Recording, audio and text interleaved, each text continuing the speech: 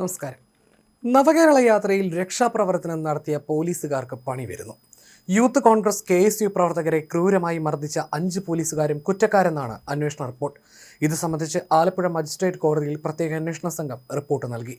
അനിൽ, സന്ദീപ്, ഷൈജു, വിപിൻ, അരുൺ തുടങ്ങിയവർ പ്രതികളാണെന്നാണ് കണ്ടെത്തിയിരിക്കുന്നത്. ഗൺമാൻമാർക്കെതിരെ വകുപ്പ് ചുമത്തിയിട്ടില്ല. ഇവർ കുറ്റക്കാരാണെന്ന് കണ്ടെത്തിയാണ് റിപ്പോർട്ട് നൽകിയിരിക്കുന്നത്. ഈ 5 പേർക്കുമെതിരെ വകുപ്പ് തല നടപടി ശുപാർശ ഉടൻ DGPക്ക് കൈമാറും. ഇതിനിടെ പ്രതികളിൽ 2 പേർ മുൻകൂർ ജാമ്യം തേടി കോടതിയെ സമീപിച്ചിട്ടുണ്ട്. അനിലും സന്ദീപുമാണ് കോടതിയെ സമീപിച്ചിരിക്കുന്നതെന്നാണ് വിവരം. ലോക്കൽ പോലീസ് തടഞ്ഞു വെച്ചിട്ടും യൂത്ത് കോൺഗ്രസുകാരുടെ തലയ്ക്കടിച്ചുവെന്ന് റിപ്പോർട്ടിൽ പറയുന്നു. ഗുരുതര ചട്ടലംഘനം നടന്നതാണ് കണ്ടെത്തൽ. അന്ന് ക്രമസമാധാന ചുമതലയിലുണ്ടായിരുന്ന ADGP MR അജിത് കുമാറിനെതിരെ ഉദ്യോഗസ്ഥർ SITക്ക് മുൻപിൽ മൊഴി നൽകിയിരുന്നു.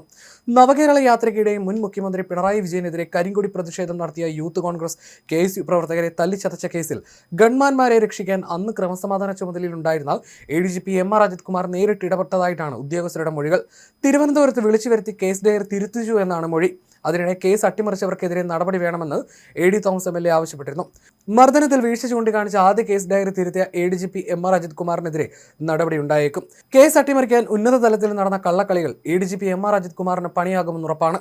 കേസ് ഡയറിയും അന്വേഷണ റിപ്പോർട്ടും തിരുത്താൻ നിർദ്ദേശം നൽകിയെന്ന് മാത്രമല്ല, ആദ്യഘട്ടത്തിൽ തയ്യാറാക്കിയ യഥാർത്ഥ അന്വേഷണ റിപ്പോർട്ട് ADGPയുടെ ഓഫീസിൽ വെച്ച് വലിച്ചു കീറി നശിപ്പിച്ചതായിട്ടാണ് പുതിയ വിവരം. ഇതിനുശേഷം പ്രതികളായ ഗൺമാൻമാരെ രക്ഷിച്ചെടുക്കാൻ വേണ്ടി പുതിയ വ്യാജ റിപ്പോർട്ട് നിർമ്മിച്ചതായും പ്രത്യേക അന്വേഷണ സംഘം കണ്ടെത്തിയിട്ടുണ്ട്.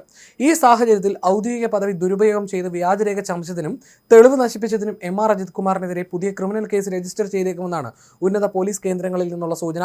ഇക്കാര്യത്തിൽ കുറ്റക്കാരായ ഉദ്യോഗസ്ഥർക്കെതിരെ നടപടിയുണ്ടാകുമെന്ന് ആഭ്യന്തരമന്ത്രി രമേശ് ചെന്നിത്തലയും വ്യക്തമാക്കി. മുൻ ഇടത് സർക്കാരിന്റെ കാലത്ത് മുഖ്യമന്ത്രിയുടെ ഓഫീസിനെ അന്ധമായി സംരക്ഷിക്കാൻ വേണ്ടി ക്രമസമാധാന പാലനത്തിന്റെ തലപ്പത്തിരുന്നവർ തന്നെ നിയമവിരുദ്ധമായി ഫയലുകൾ തിരുത്തുകയും യഥാർത്ഥ രേഖകൾ നശിപ്പിക്കുകയും ചെയ്തുവെന്ന വിവരം പോലീസിന്റെ പ്രതിച്ഛായയ്ക്ക് കടുത്ത മങ്ങലേൽപ്പിച്ചിട്ടുണ്ട്. ഈ പശ്ചാത്തലത്തിൽ മുൻ സർക്കാരിന്റെ കാലത്ത് പിണറായി വിജയന്റെ അതിവിശ്വസ്തനായിരുന്ന അജിത് കുമാറിനെതിരെ കർശന നിയമ നടപടികളുമായി മുന്നോട്ട് പോകാനാണ് പുതിയ UDF സർക്കാരിന്റെ തീരുമാനം. രക്ഷാപ്രവർത്തന കേസിലെ അന്നത്തെ പ്രധാന അന്വേഷണ ഉദ്യോഗസ്ഥനായിരുന്ന ആലപ്പുഴ DYSP സുനിൽ രാജിനെ തിരുവനന്തപുരത്ത് പേരൂർക്കടയിലുള്ള ക്രമസമാധാന ചുമതലയുള്ള ADGPയുടെ ഓഫീസിലേക്ക് 2 തവണ രഹസ്യമായി വിളിച്ചു വരുത്തിയിരുന്നു എന്ന നിർണായക വിവരമാണ് SITക്ക് ലഭിച്ചിരിക്കുന്നത്. ഈ അസ്വാഭാവിക സന്ദർശന വേളയിലാണ് DYSP സമർപ്പിച്ച യഥാർത്ഥ റിപ്പോർട്ട് ADGP നേരിട്ട് വലിച്ചു കീറി എറിഞ്ഞതെന്നാണ് താഴെത്തട്ടിലുള്ള ഉദ്യോഗസ്ഥരുടെ മൊഴി. മർദ്ദനത്തിന്റെ വ്യക്തമായ വീഡിയോ പോലീസ് കണ്ടിട്ടില്ലെന്ന കള്ളവാദം പുതിയ റിപ്പോർട്ടിൽ തിരികെ കയറ്റാൻ അജിത് കുമാർ ഭീഷണിപ്പെടുത്തിയതായും സൂചനയുണ്ട്. കേസിൽ ഏറ്റവും നിർണായക തെളിവാകേണ്ടിയിരുന്ന മർദ്ദന ദൃശ്യങ്ങൾ പൂഴ്ത്താനും യഥാർത്ഥ റിപ്പോർട്ട് നശിപ്പിക്കാനും ADGPയുടെ ഓഫീസിൽ വെച്ച് നേരിട്ട് ഗൂഢാലോചന നടന്നെന്നാണ് SITയുടെ നിലവിലെ വിലയിരുത്തൽ.